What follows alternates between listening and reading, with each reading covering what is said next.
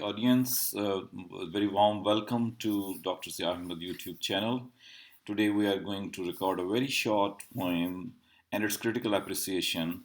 But this recording is based on screen recording, so I will remain absent behind the scene. The title of the poem, as you're looking at the screen, is Critical Appreciation of Emily Dickinson's Success is counted sweetest. So the title of the poem is Success is Counted Sweetest. And the poem is written by Emily Dickinson. So let us proceed further and have a little introduction to Emily Dickinson. She's a poet, definitely. She's an American poet. She was born in 1830 in Amherst, USA. And she spent most of her life in the few miles area of Amherst, Massachusetts, and did not go outside of that. In that context, she resembles more with Jane Austen of English novel in England. This woman remained unmarried most of his life, though most of her life, though she had some very romantic writings and maybe some exchanges of romantic letters as well, but no marriage was there. And during her life, she couldn't become a successful poet. She was a successful poet, but she was not published during her life, just like Jane Austen. After her life, she was published more and more. So much so that she was counted a successful gardener instead of a success poet when she was alive.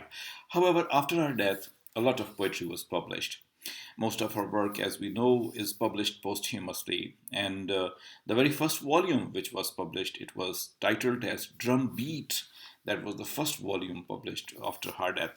So in that way, Emily Dickinson, being an American poet, became successful after her death. But after her death, she became so popular, so much important that she was counted among the one of the best American poets of the century. So that is Emily Dickinson. Let's go further and see what the poem is about. I have divided the poem into three parts so that we can discuss it clearly and easily.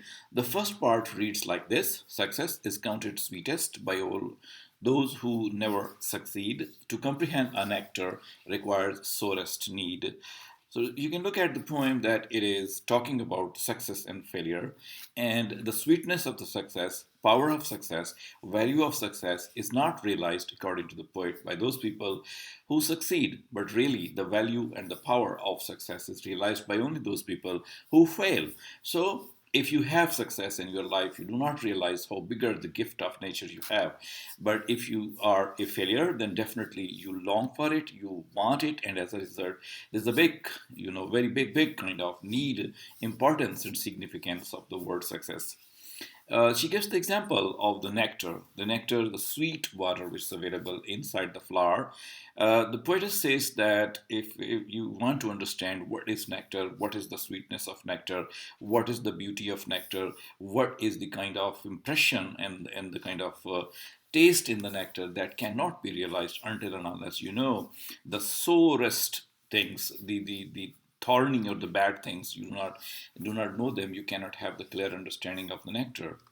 So the very first stanza tells us about the fact that we want to have only that thing which we do not have, and we appreciate only that thing which we are trying to get. The things which are already available to us, that most of the time we do not discuss, we do not talk about, we do not understand their importance. So that is why the poetess is given the example of success and failure, that the real importance of success is realized only by those people who have never met it. The people who succeed, they don't understand the importance of success.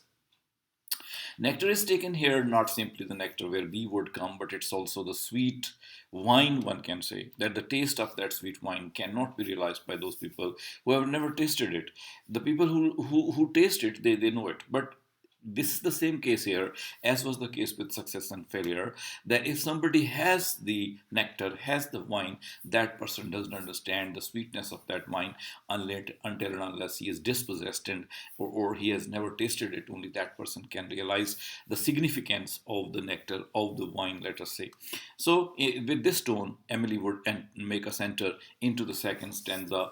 It says, not one of all the purple host who took the flag today can tell the definition so clear of victory.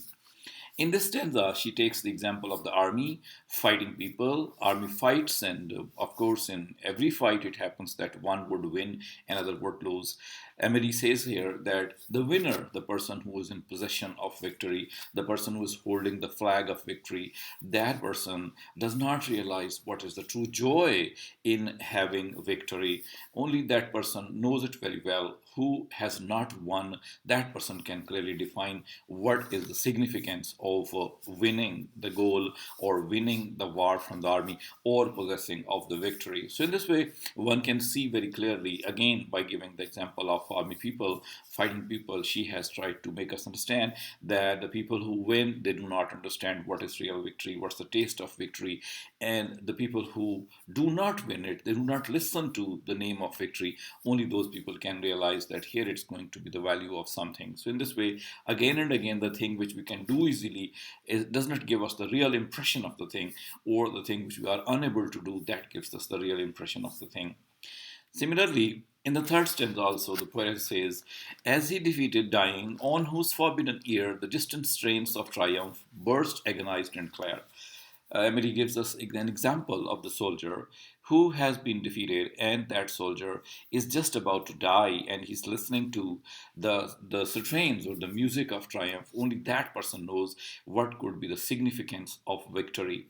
So the person who have already won, as was said in the second stanza, that person does not realize the real happiness associated with victory. Only that person would be able to realize who has been defeated, who is a failure, and that person is lying somewhere and is just about to die because he's defeated. He knows what is the real joy of the victory. Only he can understand the thing which is missing. Only he knows that his agonies, his problems are there, but still he would be appreciating definitely if the victory had come to him. So in this way, the only person who can realize the real taste, real value, and significance of victory is the defeated person. So the whole of the poem is creating a type of impression that it's a human nature that we people do not value that thing which is with us, that which we possess.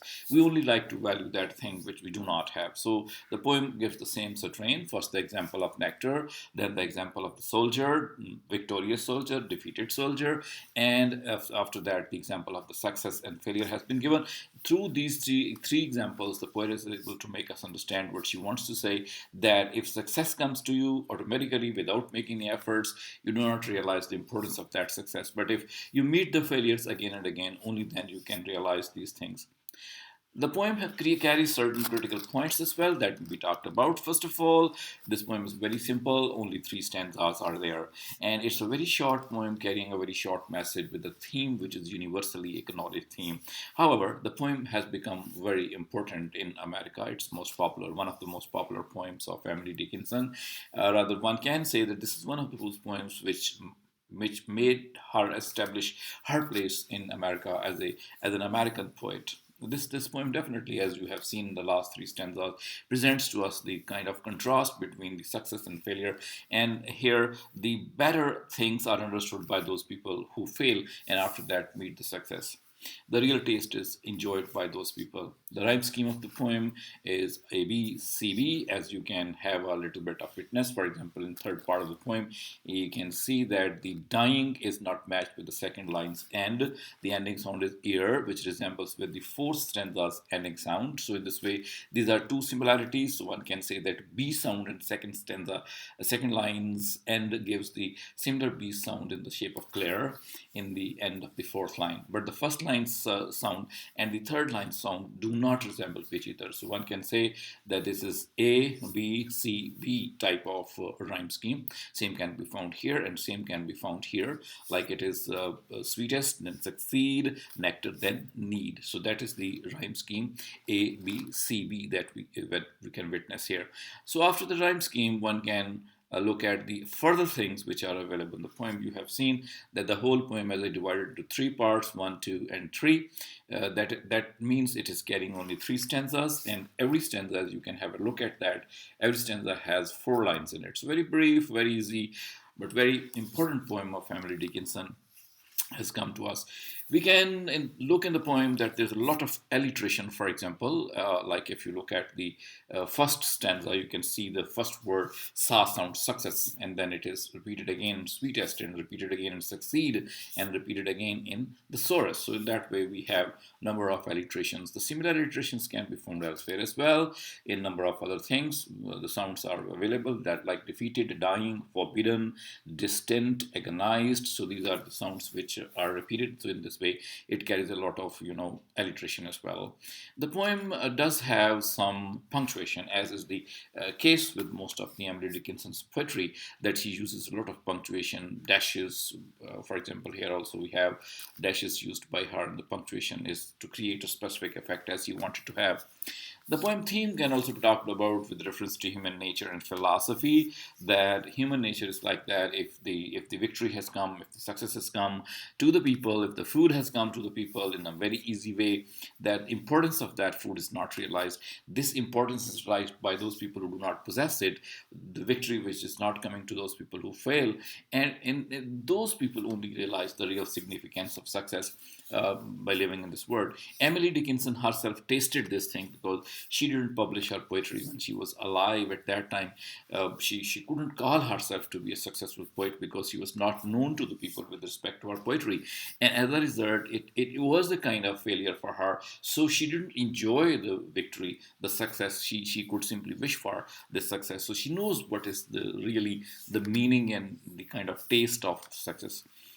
This is about the poem can be taken as a kind of love loss or the loss of love also, because the people who possess love, they do not understand what is the importance of love, but the people who failed in getting love or are unable to possess love, only they may be knowing what's the real importance of love.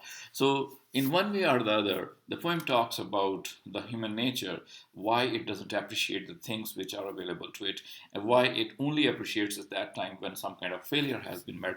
So this is the message of the poem, this is the theme of the poem, this is the technical analysis of the poem. The students can opt for a writer's description, then a summary of the poem, then stanza-wise explanation, paraphrasing, of course, and development of thought, and ultimately they can talk these critical points also, and in this way their critical appreciation will be complete. So thank you for watching this video. Hopefully you have enjoyed a lot. If you like it, you can go for hitting the subscribe button as well as the like button, and if some of the queries are there, you may be posting, and sometime I may be there in order to answer those queries. So thank you for watching. Hopefully to see you in some next coming video.